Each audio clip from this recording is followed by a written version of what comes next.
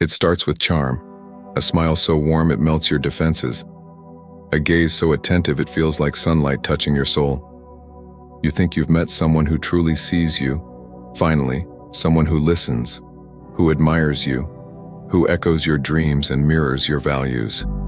But what if that charm isn't connection but camouflage? Carl Jung warned us about the shadow, the dark part of the psyche we hide from others and often from ourselves. But narcissists wear the shadow like armor. They don't suppress it, they weaponize it. At first, they love bomb you. That's the term psychologists use now, but it's something Jung hinted at long before the term existed. It's an overwhelming, intoxicating attention meant to disarm you. You aren't falling in love, you're being conquered. You're being studied. Every detail you offer is being cataloged. Your wounds, filed away. Your insecurities, noted. Your dreams, marked for mimicry. The narcissist builds a persona that reflects your ideal partner, friend, or mentor, and it's convincing because it's tailored with surgical precision. But this isn't connection, it's construction, a mask. And behind that mask is not a soul-seeking union, but a void-seeking supply. Jung once said, "The most terrifying thing is to accept oneself completely." But narcissists refuse to look within. They outsource their self-worth.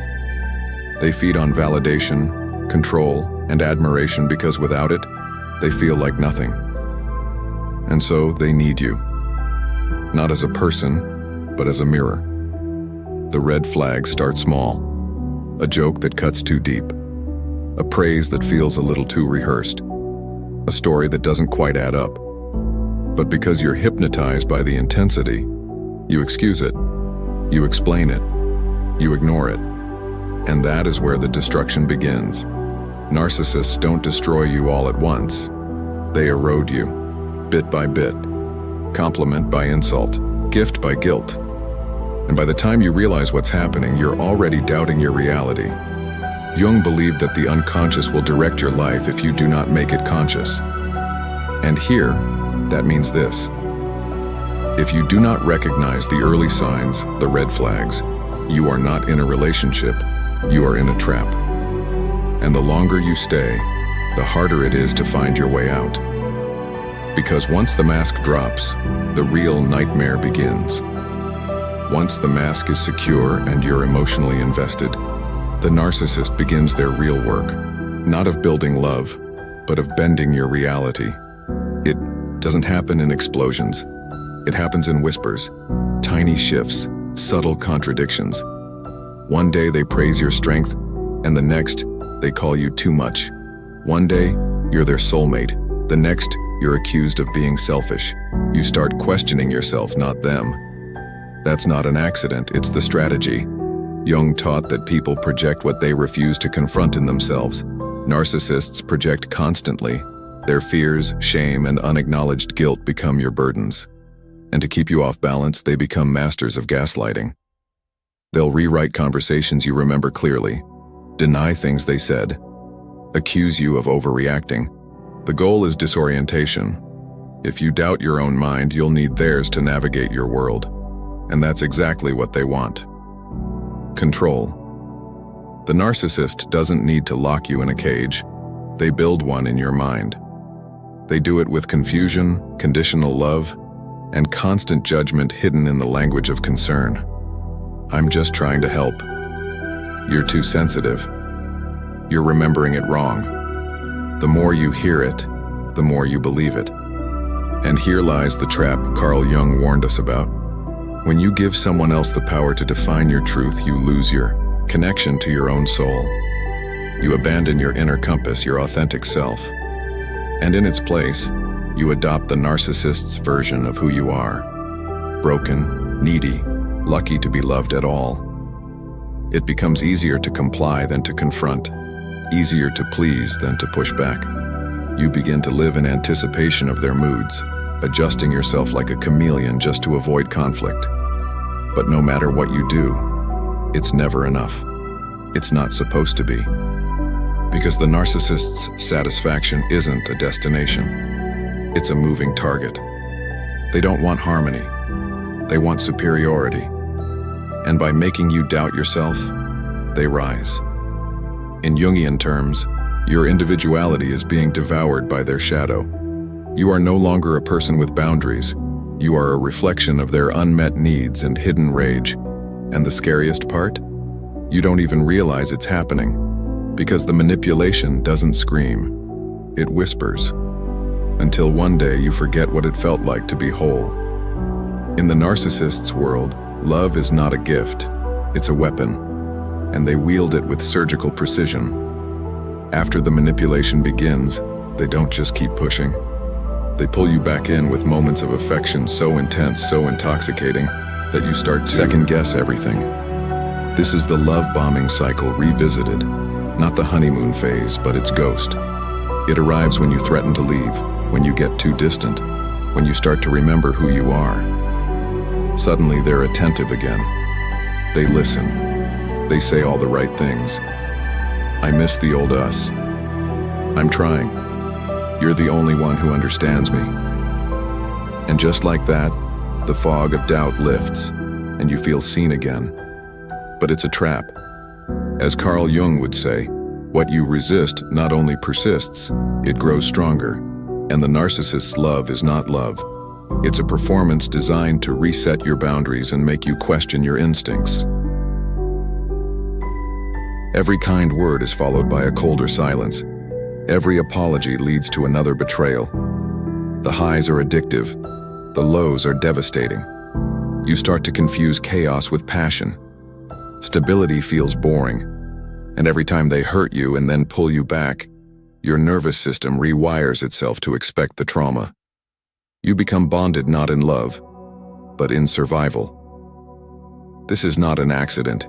It's a psychological war. And in that war, silence is one of their deadliest weapons. When you speak your truth, they disappear. When you cry, they grow quiet. They use the silent treatment to punish and control, and each time they withhold connection, you feel more desperate to win it back. This is how the narcissist trains you, like Pavlov's dog, to chase the very hand that harms you. Jung warned of enmeshment with the shadow. When we identify so deeply with what harms us that we begin to think it is who we are. And that's exactly what happens here. You mistake abuse for love. You start to believe that if only you could be better, they would finally love you right.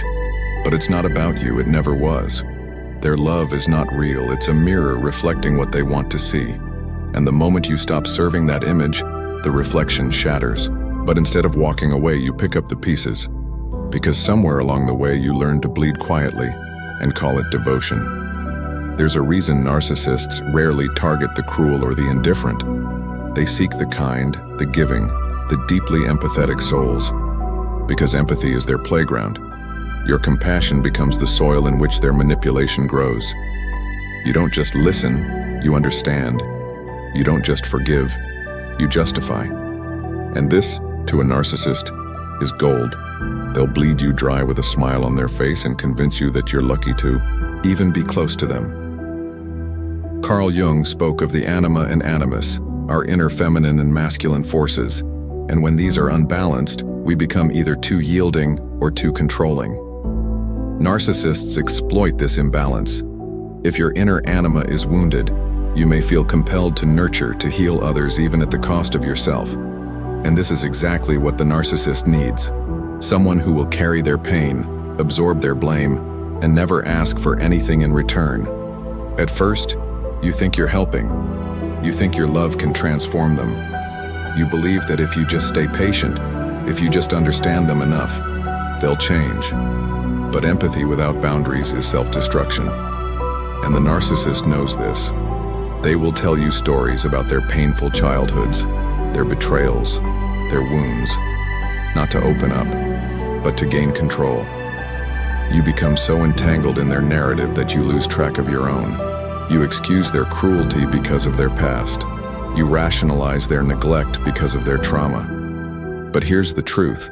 Trauma explains behavior. It does not excuse abuse. And your ability to feel for others becomes the very tool they use to keep you small. Jung warned that no tree can grow to heaven unless its roots reach down to hell. To truly heal, You must walk through the underworld of your own psyche. You must meet the part of yourself that allowed this pain, the one that thought love had to hurt. You must bring light to the part of your shadow that confuses sacrifice with worth, because until you do, the narcissist will keep finding you.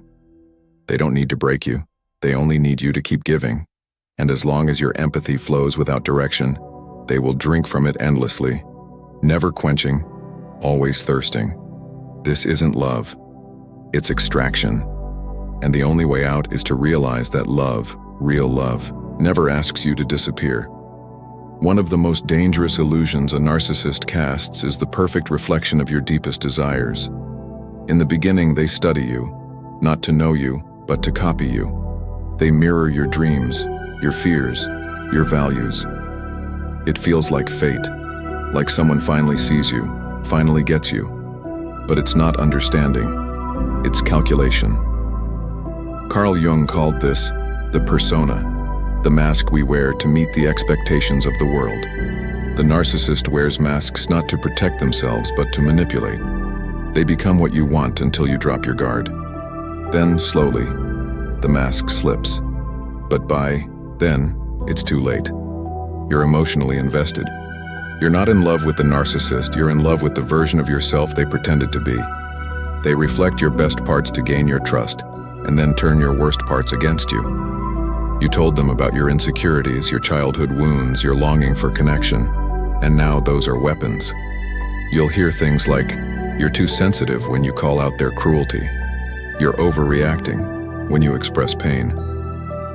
What was once mutual understanding becomes gaslighting. They distort your reality until you no longer trust your own perception. Jung believed that confronting the shadow, the dark unconscious parts of ourselves, was essential for individuation, for becoming whole. The narcissist weaponizes your unconscious shadow. They make you feel ashamed of your need for love, your vulnerability, your humanity.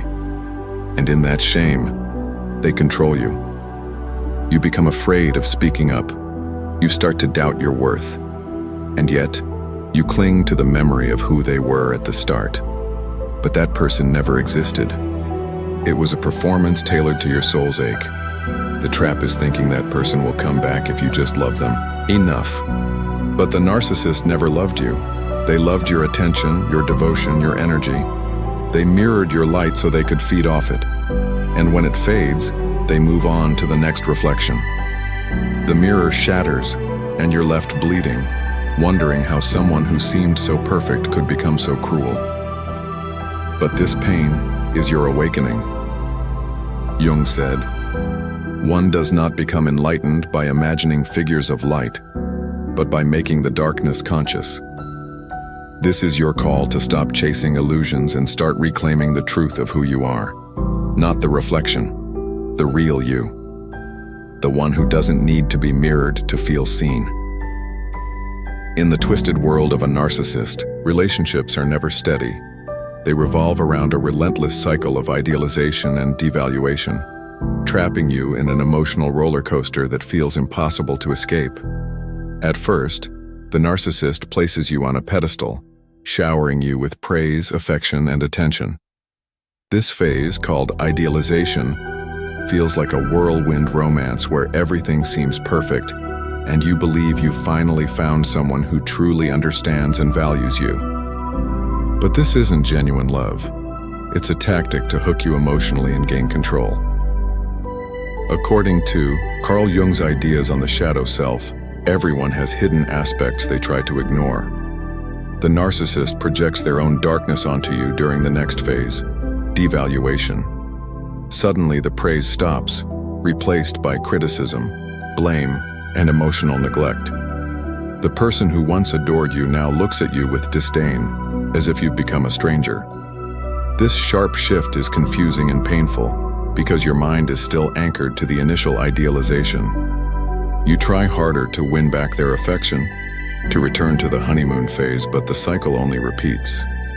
This back and forth is designed to destabilize your sense of self, making you question your worth and reality. You become trapped in a toxic dance where your value depends entirely on the narcissist's ever-changing approval. Jung described this as a confrontation with the shadow, where the unconscious fears and repressed traits rise to the surface. The narcissist's devaluation exposes your vulnerabilities, but instead of healing, it deepens your wounds. The more they tear you down, the more you seek validation from them, creating a vicious loop. This pattern not only damages your emotional health but also hijacks your brain's reward system, making it incredibly difficult to break free. Understanding this cycle is crucial for reclaiming your power. Recognize that the idealization was never about you. It was about the narcissist's need for control. The devaluation is a reflection of their inner emptiness, not your true worth. Breaking this cycle means confronting the shadow within yourself and the narcissist. It requires courage to see the relationship for what it really is, a destructive trap disguised as love. Only by accepting the painful truth can you start healing and rebuild your sense of self beyond the narcissist's reach. Narcissists are masters of disguise, expertly crafting a facade that hides their fragile and chaotic inner world. To the outside observer, they appear confident, charming, and successful, almost magnetic. This mask serves a critical purpose. It protects the narcissist from facing their deep insecurities and unresolved pain. Carl Jung's concept of the persona perfectly explains this behavior. The persona is the social mask we all wear to navigate the world. But for narcissists, it becomes their entire identity, completely divorced from their true self. Behind this carefully constructed exterior lies a vulnerable core filled with fear, shame, and emptiness. The narcissist's true self is often too painful to confront, so they bury it under layers of grandiosity, arrogance, and manipulation. This disconnect creates a profound inner conflict. On the surface, they seek admiration and power, but deep down they battle self-loathing and worthlessness. When you engage with a narcissist, you're interacting mostly with their persona, not the real person. This illusion makes it incredibly hard to see who they truly are, especially in the beginning stages of a relationship when the mask is at its most polished. Over time, cracks appear, moments when the mask slips and glimpses of the narcissist's shadow self reveal themselves. These can be sudden outbursts of anger, controlling behavior, or emotional coldness that seem disproportionate or confusing. Understanding this mask is vital for protecting yourself. It helps explain why the narcissist's behavior often feels so contradictory, charming one moment, cruel the next. The persona is a defense mechanism, a way to keep others at a distance and avoid vulnerability. But this constant performance is exhausting and unsustainable. For the narcissist, maintaining their mask requires constant external validation and manipulation, making genuine intimacy impossible. Carl Jung taught that healing begins with integrating the persona and the shadow, acknowledging both the light and dark parts of ourselves. Unfortunately, most narcissists resist this integration, which keeps them trapped in their destructive patterns. Recognizing the narcissist's mask allows you to detach emotionally and see their behavior clearly, freeing you from their manipulative grip. It's a step toward reclaiming your power and moving toward healthier, more authentic relationships. One of the most confusing and damaging aspects of dealing with a narcissist is their relentless cycle of idealization and devaluation. Carl Jung's insights into the psyche help us understand this destructive pattern that keeps victims trapped in a toxic emotional roller coaster.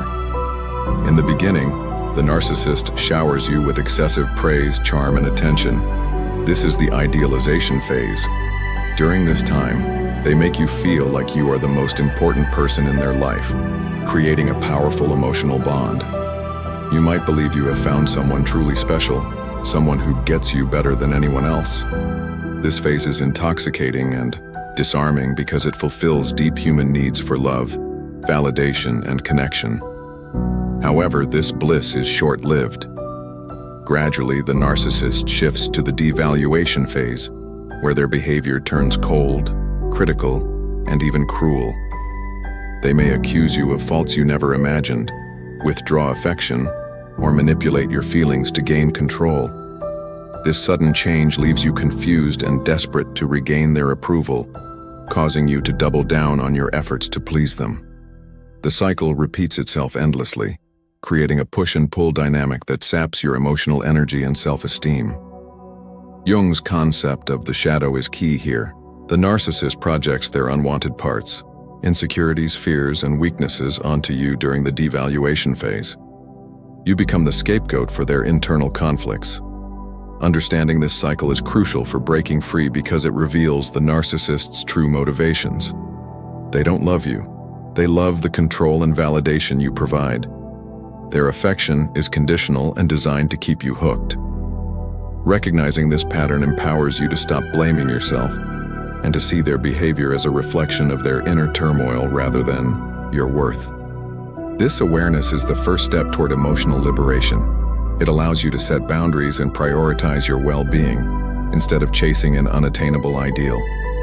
Remember, you deserve relationships built on respect, honesty, and mutual care, not manipulation and pain. By learning to identify the cycle of idealization and devaluation, you reclaim your power and start the journey toward healing from narcissistic abuse. Narcissists are masters of emotional manipulation, skillfully exploiting your deepest vulnerabilities to maintain control over you. Carl Jung's psychological insights reveal that these individuals lack genuine empathy. Instead, they manipulate emotions as a weapon to dominate and confuse. When you ignore early red flags, you unknowingly hand over your emotional power to the narcissist.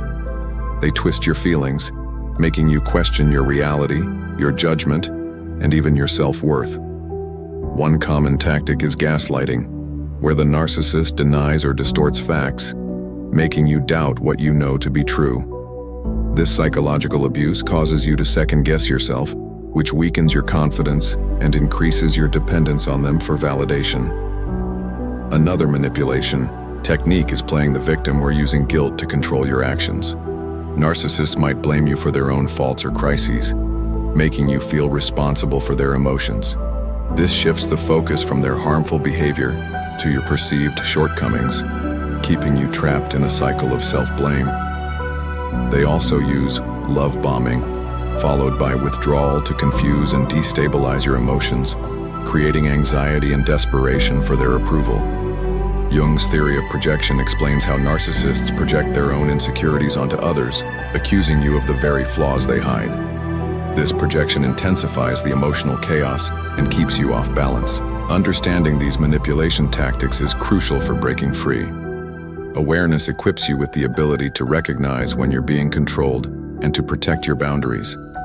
Emotional detachment, self-compassion, and seeking support from trusted friends or professionals are essential tools for healing. Remember, no matter how convincing the narcissist's words or actions seem, your feelings and perceptions are valid. You are not crazy or overreacting. You are responding to abuse. By educating yourself on these manipulative behaviors